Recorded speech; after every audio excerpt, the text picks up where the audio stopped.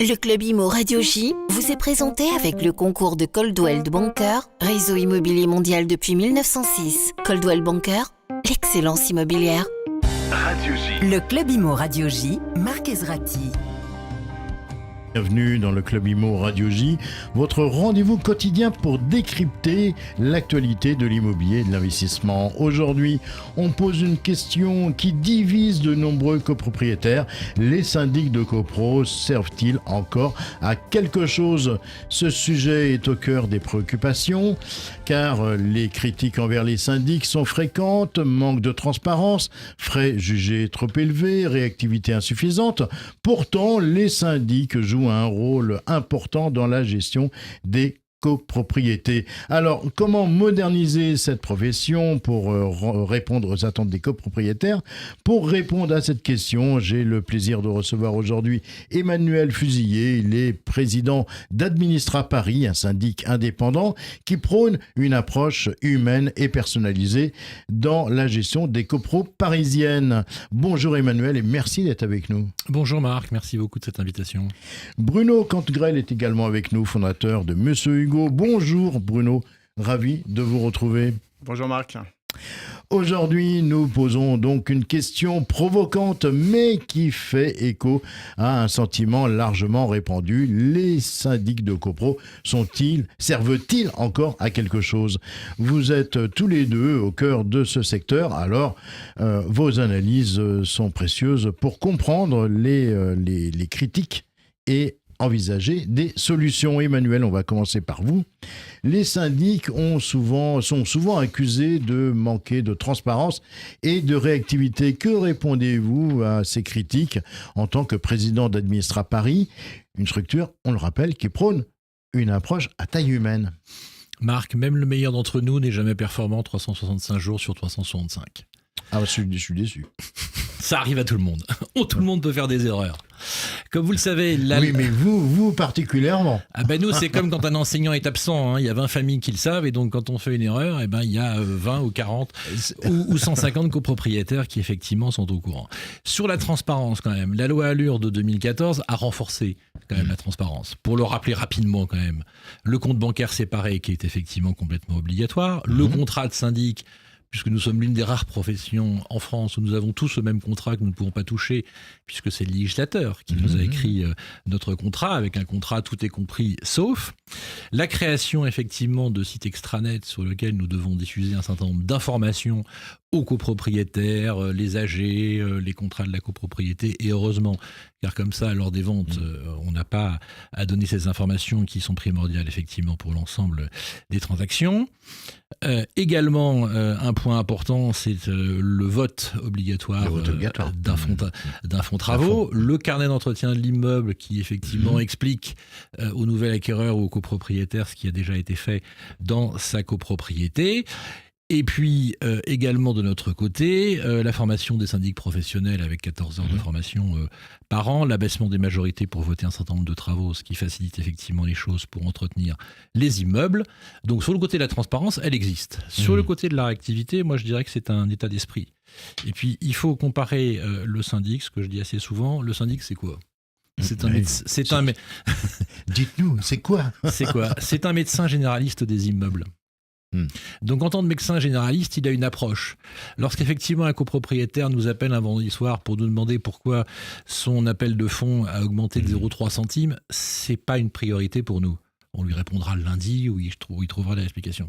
Lorsqu'on nous appelle un samedi parce qu'un plancher s'est écroulé dans un immeuble, effectivement là c'est une urgence et nous intervenons. Donc il faut effectivement trier les urgences, comme un médecin trie effectivement ces urgences. Et je dirais, chez les indépendants, vous avez effectivement cette notion de service, parce qu'on est quand même un métier de service. On n'est pas, on est vu effectivement comme un percepteur, on est vu comme celui qui fait la police dans l'immeuble, on est vu parfois comme celui qui empêche de tourner en rond, mais qui simplement explique aux copropriétaires qu'il faut faire les choses en bonne et due forme et dans les règles pour la longévité de la copropriété. Mais oui, la réactivité, elle existe, elle est tous les jours mise en pratique, et puis on a de nouveaux outils en fait pour communiquer également avec les copropriétaires. Bruno Candgrel, est-ce que vous pensez, vous, que les syndics traditionnels sont aujourd'hui dépassés par les attentes des copropriétaires? Alors, moi, je dirais qu'effectivement, je partage le point là, que c'est un fait, ils sont de plus en plus critiqués, mais il n'y a pas que cette profession-là, il y a aussi les gestionnaires de biens immobiliers qui font de la gestion locative. Et ça, j'en connais un paquet là-dessus, donc il y a beaucoup de plaintes, parce qu'effectivement, on est là pour gérer un peu les problèmes et les bobos du quotidien, que ça soit tant dans la gestion des locataires ou de la vie de l'immeuble.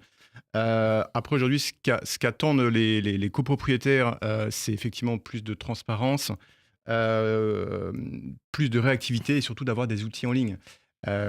J'ai un chiffre là récupéré auprès de l'ARC, l'association des responsables de copropriétaires, qui montre que 63% des copropriétaires trouvent leur syndic peu transparent sur les dépenses. Enfin, ça, c'est un fait qui est partagé, mais en tout cas, c'est une vraie attente d'avoir des syndics qui soient un peu plus transparents et effectivement de pas de surfacturer des frais de dossier administratifs pour des choses qui peuvent être automatisées. Après, il y a aussi, à titre personnel aussi, je le vis constamment avec des gros syndics qui gèrent l'immeuble, on ne va pas les citer, mais des gros problèmes de lenteur administrative.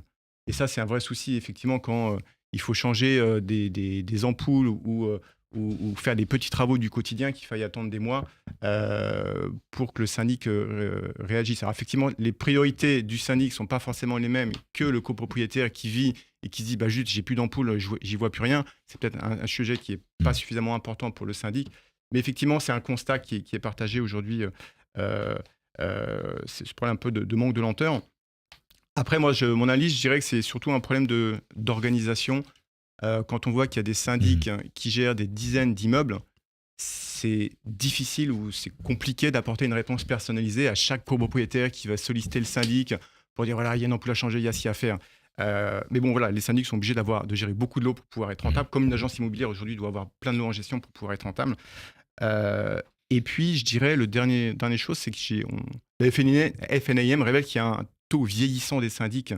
Il y a 30% des syndics qui sont proches de la retraite. Donc, c'est finalement difficile d'avoir une approche plus moderne, de proposer des outils digitaux sur une population qui est un peu plus vieillissante. Mais ça, on va en parler un petit peu plus tard. Emmanuel, avec les lois récentes comme la loi Allure, on a voulu encourager la mise en concurrence des syndics et renforcer la transparence. Ces réformes, est-ce qu'elles ont vraiment permis d'améliorer la gestion des copros ou au contraire, ou pas du tout ? Alors, le seul baromètre qui existe en fait sur notre activité, c'est un baromètre qui est sorti par une association de consommateurs qui s'appelle la CLCV, qui l'a fait en 2014 et qui l'a refait en 2020. Grosso modo, les chiffres ne bougent pas. On a à peu près un copropriétaire sur deux qui est satisfait de notre service. Ou un copropriétaire sur deux qui n'est pas satisfait de notre service, ça dépend comment on voit le verre, à moitié plein verre à moitié vide. Ou à moitié vide. Effectivement, on est un peu plus, on a des chiffres un peu plus intéressants si on n'interroge que les conseils syndicaux, puisque les conseils syndicaux sont quasiment plus satisfaits de leur service, de leur syndic que les autres. Bon, mais on peut s'interroger parce qu'en 10 ans, finalement, ça n'a pas changé. Oui, c'est vrai. Alors, pourquoi ? Je crois qu'on vient effectivement d'une culture où on n'avait pas une culture de service. Et puis, on a depuis à peu près 2000, la loi SRU 2002-2003, puis 2014, la loi Allure, la loi Elan et compagnie. On a rajouté énormément d'activités, de charges au syndic de copropriété. Moi, je dirais qu'une chose nous a fait énormément de bien pour notre activité, c'est le Covid. Parce que le Covid a obligé nos fournisseurs de logiciels à nous faire des logiciels plus performants, plus tournés vers le client. On a quand même attendu le Covid pour avoir l'autorisation du vote par correspondance qu'on attendait quand même depuis des années, puisque le décret n'était jamais sorti, le législateur ne voulait pas sortir le décret, ce qui était une aberration totale, puisque quand même avec le vote par correspondance, nous on le voit, on augmente à peu près de 7 à 10% le taux de participation aux assemblées générales de copropriété. Mais qu'est-ce qu'on demande à son syndic véritablement ? Quand on regarde ce que dit effectivement cette enquête, qui est la seule enquête qui existe, on demande surtout au syndic d'être réactif, d'être rigoureux et d'avoir du relationnel. Ce qui est intéressant de voir, c'est que finalement le prix n'est pas un sujet, et nous on le voit tous les jours dans Paris quand on nous demande de prendre des immeubles, le critère du prix n'est pas le premier critère. Simplement, on n'est pas un métier où on a l'habitude de faire savoir ce que l'on fait. Voilà. Alors nous, on est l'un des rares sur le marché, puisqu'on est à peu près 5000 syndics, je crois, en France. Vous avez aujourd'hui 2 applications qui existent dans notre métier qui nous permettent de communiquer tous les jours avec les copropriétaires, ou même les copropriétaires nous prennent en photo une ampoule qui ne fonctionne pas. On a un email, ils voient que cet email il est transféré tout de suite à l'électricien qui va le changer, et ils voient ce qui se passe. Voilà. Donc, et on est, je crois, à peu près à peine 10% du marché à utiliser ces applications pour communiquer davantage avec les copropriétaires. Sur la mise en concurrence, généralement, moi, j'ai pas de mise en concurrence sur nos immeubles, ou quand on est mis en concurrence, quelque part, c'est parce qu'on a envie de se séparer les uns des autres de façon amiable et que l'on n'est pas effectivement en phase avec le conseil syndical. Bruno Cangrel, on va parler maintenant des syndics en ligne. Vous savez on en a de plus en plus. On demandera d'ailleurs, peut-être avant que vous répondiez, Emmanuel, vous me disiez tout à l'heure en antenne que il y en a quasiment plus, des syndics en ligne. Des vrais syndics en ligne, on a eu 2 expériences. Donc il y en a un qui n'était pas syndic et puis qui est devenu syndic professionnel et qui a, je crois, entre 16 et 30 millions de dettes. Donc on verra bien. Bon, heureusement que BPI a mis de l'argent à l'intérieur, on est content. Une autre expérience qui a fait faillite, je pense... Alors oui, il faut utiliser la digital. Attendez. Allez-y. On va déjà demander à Bruno, si Bruno Cangrel, vous pensez que ces syndics en ligne, c'est une réponse fiable pour les copropriétaires? Donc, qui dit syndic en ligne, donc on le rappelle, donc c'est pas traditionnel, donc ça se fait par Internet. Voilà. Dites-nous, vous qui êtes d'ailleurs fondateur d'une application... Alors effectivement, sur la partie en ligne, ce qu'on peut faire en ligne, je pense qu'il y a d'énormes avantages en fait à travailler avec des syndics en ligne, mais ça fait pas tout, c'est pas la solution magique. Le premier avantage, c'est le prix. Effectivement, quand on passe par un syndic en ligne, on peut s'attendre à des baisses de 30 à 50% sur les frais du syndic. Donc pour une petite copro, alors ça marche bien pour les petites copros, une petite copro de 10 lots, au lieu de payer 3 000 €, ça veut lui revenir 1 500 €. Donc ça peut être... les petits copros font assez attention en fait aux dépenses, plus que les grosses copros. À maximum 10 lots. Ouais, voilà, parce que les grosses copros, effectivement, il y a beaucoup plus de personnes qui met au pot, donc finalement les coûts sont lissés sur le nombre de personnes. Ça offre pour moi le gros avantage d'être plus flexible. Pourquoi ? Parce qu'en mettant à disposition une plateforme ou un intranet en fait à disposition des copropriétaires, on peut effectivement récupérer plus facilement les relevés de compte, les documents de l'immeuble. On peut, je le disais tout à l'heure, faire des convocations en ligne aux AG. Moi, je reçois encore de tous mes syndics des convocations par lettre recommandée. T'imagines quoi, il faut aller à la poste, aller chercher le courrier. Parce que c'était la loi jusqu'à avril dernier. Oui, non mais... C'était la loi du législateur qui nous l'impose. Il y a des contraintes qui sont... qui ont été élevées en avril dernier. Mais heureusement, aujourd'hui, c'est contraignant quand on a des lois... Enfin voilà, quand on est copropriétaire, que ce soit en résidence principale ou en secondaire ou pour la location, ça prend du temps. Donc aujourd'hui, effectivement, la convocation en ligne, ça c'est un exploit magique. Le fait de pouvoir organiser des assemblées générales en ligne par visio ou maintenir aussi un espace en physique, ça c'est important. Mais il y en a plein, on n'est pas forcément disponible. Des fois, les AG sont en plein milieu de la journée, on n'est pas disponible, on n'est pas en train du bureau. Donc ça, c'est quand on a des solutions alternatives, je trouve que c'est intéressant. Après, je disais, c'est pas forcément adapté pour les grandes copros, parce qu'il faut toujours un aspect humain qui est nécessaire pour gérer les litiges. Il y a plus de personnes, donc plus de litiges, il y a des plus gros chantiers, des plus gros travaux. Donc ça nécessite forcément un peu plus d'humain. Emmanuel. Juste pour compléter, le syndic en ligne, il fera le métier de base. Point. Il fera pas du tout le copropriétaire qui a un problème technique ou juridique parce qu'il a un droit de jouissance et il ne sait pas le résoudre. Il n'aura pas de réponse en ligne. Et effectivement, on a un confrère du nord de la France qui a créé il y a très très longtemps une filiale pour s'occuper des toutes petites copropriétés. C'était le premier d'ailleurs. C'était le premier effectivement qui était en ligne. Dans une toute petite copropriété, si vous avez besoin de rien, pas de ravalement, pas de modification du règlement de copropriété, pas de mise à jour et de rien du tout, allez chez un petit syndic, allez dans un syndic en ligne, ce sera très bien, mais effectivement, il fera la compta, il vous préparera votre AG annuel, mais il ne faut pas lui demander autre chose.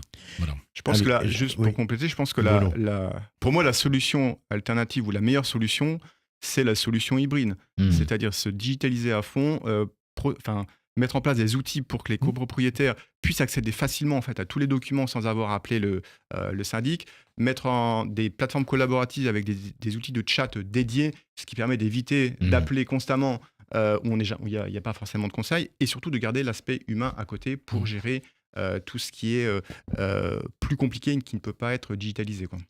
Le mot de la fin pour vous, Emmanuel Fusilier? Absolument, c'était l'esprit de la loi sur les extranets, on a tout aujourd'hui.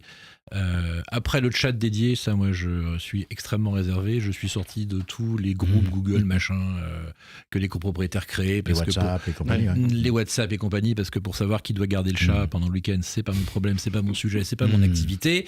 Mais le vrai sujet, c'est d'avoir un conseil syndical avec lequel vous parlez régulièrement et un conseil syndical surtout qui relaie votre action auprès de l'ensemble des copropriétaires. Et comme je vous dis, moi j'utilise une petite appli qui s'appelle Chouette Copro, qui est extrêmement pratique pour expliquer et pour dialoguer avec les copropriétaires. Donc on a reçu d'ailleurs Philippe Joubert, son fondateur, il y a très peu de temps dans le Club Imo. Merci beaucoup à tous les deux pour cet échange passionnant. Il est clair que la profession de syndic est à un tournant et qu'il va falloir qu'il est urgent en tout cas de trouver des solutions concrètes pour apaiser les tensions entre syndics et copropriétaires, tout en modernisant leur profession. Tout de suite, on va marquer une petite pause pour découvrir l'info du jour. L'info du jour vous est présentée avec le concours de Helix Assurance, votre expert en économie. Helix Assurance sur mon-assurance-emprunteur.fr.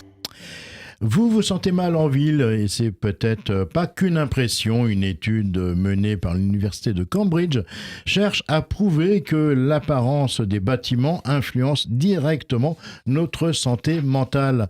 Des façades tristes et grises ou des quartiers mal conçus peuvent provoquer des réactions psychologiques négatives allant jusqu'à déclencher des maladies comme la dépression ou la schizophrénie. Des chercheurs montrent aussi que vivre dans des zones densément urbanisées augmente les risques de troubles psychologiques par rapport à la campagne. Certains architectes proposent déjà des solutions pour repenser les villes, les apaiser avec des formes arrondies, des espaces verts et favoriser les interactions sociales. Une bonne idée quand on sait que le design des villes pourrait bien avoir un impact direct sur notre bien-être. L'info du jour vous a été présentée avec le concours de Helix Assurance. Vous payez trop cher pour votre assurance de prêt immobilier? Avec mon-assurance-emprunteur.fr de Helix Assurance, comparez, changez et économisez jusqu'à 15 000 €. Simple, rapide et 100% en ligne. Helix Assurance, votre expert en économie. mon-assurance-emprunteur.fr. Radio J. Le Club Imo Radio J, Marc Ezrati. Et on est de retour sur Radio J avec la seconde partie de notre émission et j'ai le plaisir de recevoir Monique Abitbol. Elle est fondatrice d'Helix Assurance pour parler d'un sujet essentiel pour les emprunteurs, l'assurance emprunteur. Bonjour Monique. Bonjour Marc et bonjour à tous les auditeurs de Radio J. Et merci d'être avec nous aujourd'hui. L'assurance emprunteur est un poste de dépense souvent sous-estimé, mais qui peut faire toute la différence dans le coût total d'un prêt immobilier. Alors, on va voir ensemble pourquoi il est important de bien choisir la bonne assurance et comment la loi Lemoine, elle a changé la donne pour les emprunteurs. Alors, Monique, pour commencer, qu'est-ce que l'assurance emprunteur? Comment ça... Expliquez-nous. À quoi ça sert? C'est quoi? Donc, à la base, moi, j'ai créé Helix Assurance pour faire des économies et des milliers d'économies à des clients qui ont déjà un prêt immobilier et qui ont l'opportunité de changer à tout moment, quand ils le souhaitent, d'assurance. Aujourd'hui, on sait très bien que faire des économies sur ce poste-là est essentiel et c'est souvent, on va dire, au niveau de certains clients, très peu connus et les banques aujourd'hui ne vont pas vers ce changement. Alors, la loi Lemoine, elle est entrée en vigueur en 2022, il y a peu de temps. Oui, elle permet de changer d'assurance à tout moment. Mais dans la pratique, est-ce que les emprunteurs profitent vraiment de cette liberté? Justement, l'assurance emprunteur, c'est une assurance qui est exigée par les banques pour couvrir le remboursement de votre prêt immobilier en cas d'événement imprévu, comme un décès, une invalidité ou une incapacité de travail. Elle protège à la fois les banques, mais aussi ça évite au niveau de vos proches qui n'aient à assumer des remboursements en cas de problème et c'est une sécurité qui est essentielle. La loi Lemoine aujourd'hui, elle a introduit une vraie révolution en permettant aux emprunteurs de changer d'assurance à tout moment, sans frais, sans pénalité. C'est une liberté nouvelle, mais malheureusement, beaucoup ne l'exploitent pas encore pleinement et souvent par manque d'informations ou à cause de démarches perçues comme compliquées. Alors justement, Monica Wittbold, c'est quoi les obstacles les plus courants que rencontrent les emprunteurs ? Aujourd'hui, au niveau des obstacles, c'est souvent au niveau des banques qui ne sont pas très à encourager.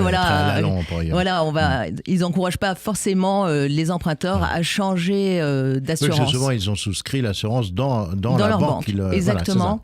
Ils ont ils ont souscrit leur assurance dans la banque et évidemment, sachant que ces dernières années, on était sur des conditions de taux historiques extrêmement basses et évidemment, c'était un moyen pour ces banquiers de gagner un peu de sous. Alors, il paraît qu'en changeant d'assurance, ça peut faire économiser plusieurs milliers d'euros. Exactement. Donc, changer d'assurance emprunteur, ça peut vous faire économiser des milliers d'euros. Par exemple, si vous prenez un crédit immobilier de 200 000 euros sur 20 ans, vous pouvez économiser jusqu'à 15 000 euros, voire même plus. Chez nous, Elix Assurance, on s'engage à vous proposer la meilleure offre et en fonction évidemment de votre profil, voire même plus que 15 000 euros, puisque après, en fonction des âges, des statuts ou des conditions, on peut vous trouver la meilleure offre aux meilleures conditions. Alors, vous l'avez dit, les banques ne jouent pas vraiment le jeu, pas encore. Pas encore. Quel conseil vous pourriez donner à un auditeur qui écoute Radio J aujourd'hui et qui souhaite changer d'assurance emprunteur ? Aujourd'hui, l'objectif, c'est de ne plus perdre de temps, c'est de gagner de l'argent. Et nous, chez Elix Assurance, on est là pour vous faire gagner de l'argent. Nous nous occupons de toutes les démarches de A à Z. Donc souvent, les freins qui sont rencontrés par les clients, c'est la complexité des démarches ou un manque d'informations. Et on voit bien souvent, comme je disais, au niveau des réticences, au niveau des banques, de changer d'assurance. Donc nous sommes un vrai comparateur des offres. Donc là, on vous fait gagner du temps puisqu'on travaille avec plus de 30 contrats d'assurance. Et la mise en place, on s'occupe de tout de A à Z. Donc on va vous faire un comparatif au niveau des contrats. On va également mettre en place un nouveau contrat et on va résilier l'ancien. On s'occupe de toute la partie administrative qui est parfois une partie qui déplaît aux clients et qui sont souvent un petit peu longues. Et si vous deviez résumer en un ou deux conseils... ça va être difficile ça. 2 conseils clés, ce qu'un emprunteur doit faire pour optimiser son assurance, vous lui diriez quoi ? Tout simplement, c'est de nous faire confiance puisque l'objectif, nous sommes un courtier indépendant. On ne travaille pas avec ni les banques, ni avec les compagnies, ni avec les assureurs. Donc nous, on va travailler essentiellement pour que le client soit satisfait et qui gagne de l'argent. Donc notre objectif, c'est de ne plus perdre de temps, de gagner de l'argent facilement en allant voir un Elix Assurance et de nous faire confiance sur cette partie qui est importante puisque ça a un coût et un gain. Monica Wittbold, merci. Votre site internet, c'est assuranceemprunteur.fr, mon-assurance-emprunteur.fr. Et c'est Elix Assurance, HELIX. Assurance au singulier. Merci beaucoup pour toutes ces précisions. Voilà, le Club Imo, c'est terminé pour aujourd'hui. Demain, nous parlerons du quartier de la Défense, figurez-vous, et on se demandera si ce quartier d'affaires n'est pas aujourd'hui devenu un quartier de la honte. D'ici là, prenez soin de vous. Très belle fin de journée à toutes et à tous. Le Club Imo Radio J vous a été présenté avec le concours de Coldwell Banker, réseau immobilier mondial depuis 1906. Découvrez les propriétés proposées par Coldwell Banker, un des grands leaders mondiaux de l'immobilier de luxe sur coldwellbanker.fr. Coldwell Banker, l'excellence immobilière.